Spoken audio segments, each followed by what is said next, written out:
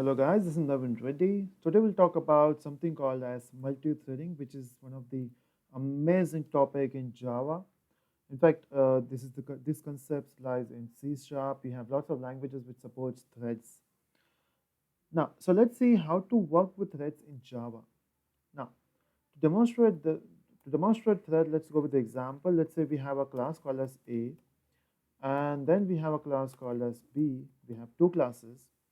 And both these classes will have a same method called as public void show, and one will print, will say this out, will say this show will print hi, and let me just copy with this code here, and this code show will print, let's say, hello. So now we have a function of a method called as show in A class which prints hi, and we have a show method in B class which prints hello. Now what I want to do, I want to call these methods. That means I have to create an object, right? So I want to call this show of A. So I say A obj equal to new A. I'm creating an object of A now. And then I can say obj dot show, right? By this I will call hi, or I will print hi. Let's say I want to create an object of B now. So we'll say B obj1 and new B. Now I will say obj1 dot show. Now it will print hello. If I run this code, obviously we'll be getting hi and hello, right? But let's say I want to print this hi 5 times. I want to print this hello 5 times. Again, how to print this hi 5 times? What you can do is we can just type this statements 5 times. So we'll do this, right? We can print this hi 5 times, but there's no logical way of doing this. If we want to print anything for 5 times, we can use a loop, right? So we'll say int I equal to, we say 1 and I less than equal to 5 and I plus plus. And then I will say it's out. Okay. I will use the same code, which is copy, and we'll use this code here. Instead of hi, we have to print hello. Now if I run this code, right, let's say what happens when I run this code. If I say obj.show, your pointer will move from here to here. Directly it will jump from this location, right? And then it will execute this statement.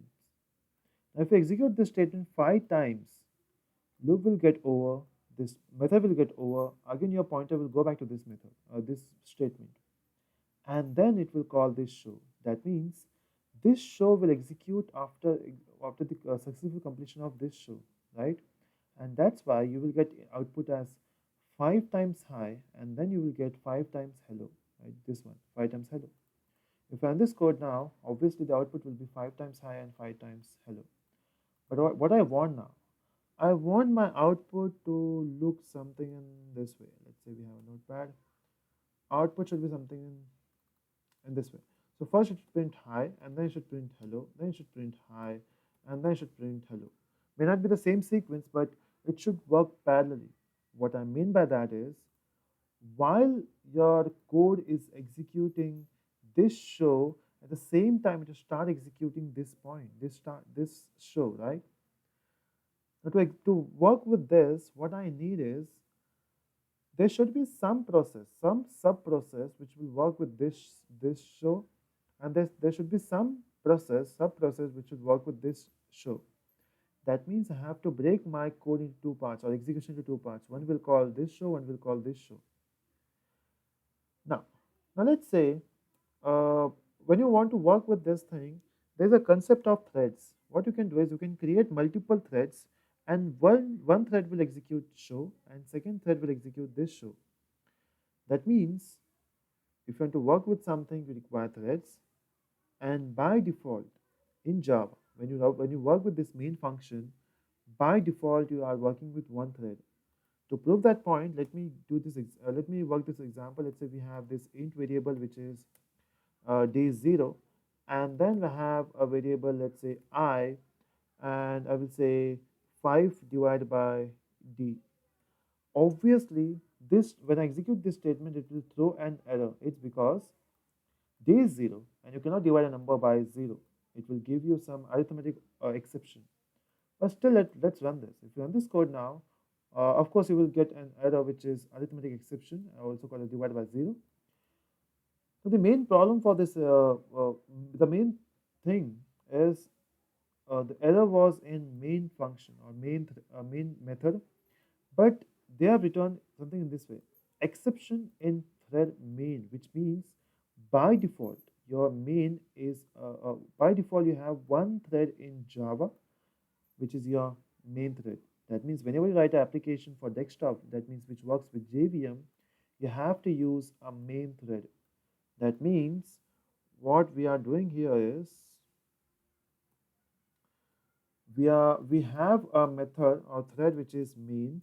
So we have a main thread here, and what I want now, this main thread will execute in this way. I'm very bad with the drawings.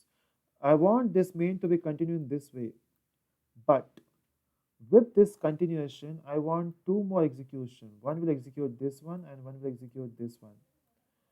This here, this thread here should print hi 5 times, and this thread here should print hello 5 times, which means I have to create two threads with main thread, except main thread I have to create two more threads.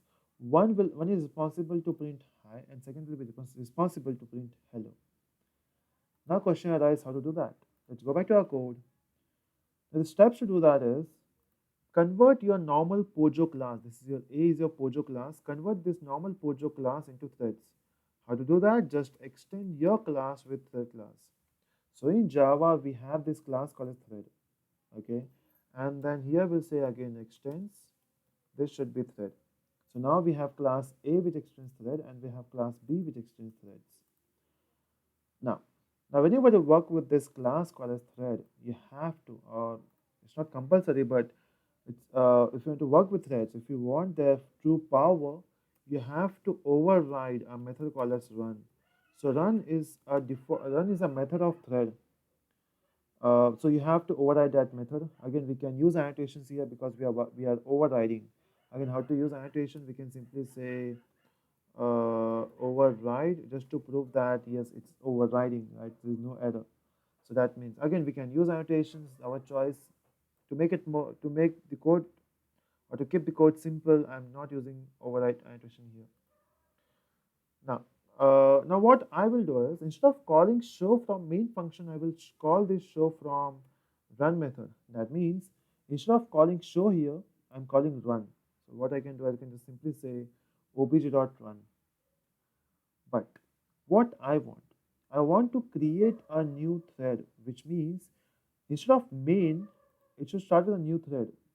And when you call run, it will use the same main thread. What I want to create a new thread, right? So instead of run, I have to say start. Now start is delegated to call this run method, right? So indirectly, the start will call run, and run will call show. Again, we can use this code, or we can just cut this code and paste it here. That will also work. But since I've talked about, I want to use a method called as show. That's why we are going with this example. The same thing you have to do for this class thread. That means I have to use the same function or same method here also. Again, same thing. If you're calling here start, it should be start here also. And I don't want this statements here. Simple, right? So we have two threads. One is A thread, second is B thread, and we are calling a method called as start. Now, the output we are expecting now, it should be something in this way: hi, hello, hi, hello. But let's say if I run this code, the output I'll be getting, oh, it's again same. That means the code is not proper. Okay, let me try it again. Oh, the code is not proper. Let me try it again. How? That means something is wrong. That means it's working in parallel, right? You can see we have printed hi, and then it will jump to hello. Again, printing 5 times. That means our thread, we have created two threads. It's working, but not in a proper way. It's because your CPU is damn fast. Your CPU works in picoseconds. What we are expecting, once it prints hi, the CPU should print hello. But the problem is your CPU is so fast, Once it get the command, that's for loop, it will use his code cache and it will execute the for loop continuously. Now to prove my point, let me just increase this counter from 5 to maybe 100. So let's say instead of 5, let's say it is 100. Now you can see,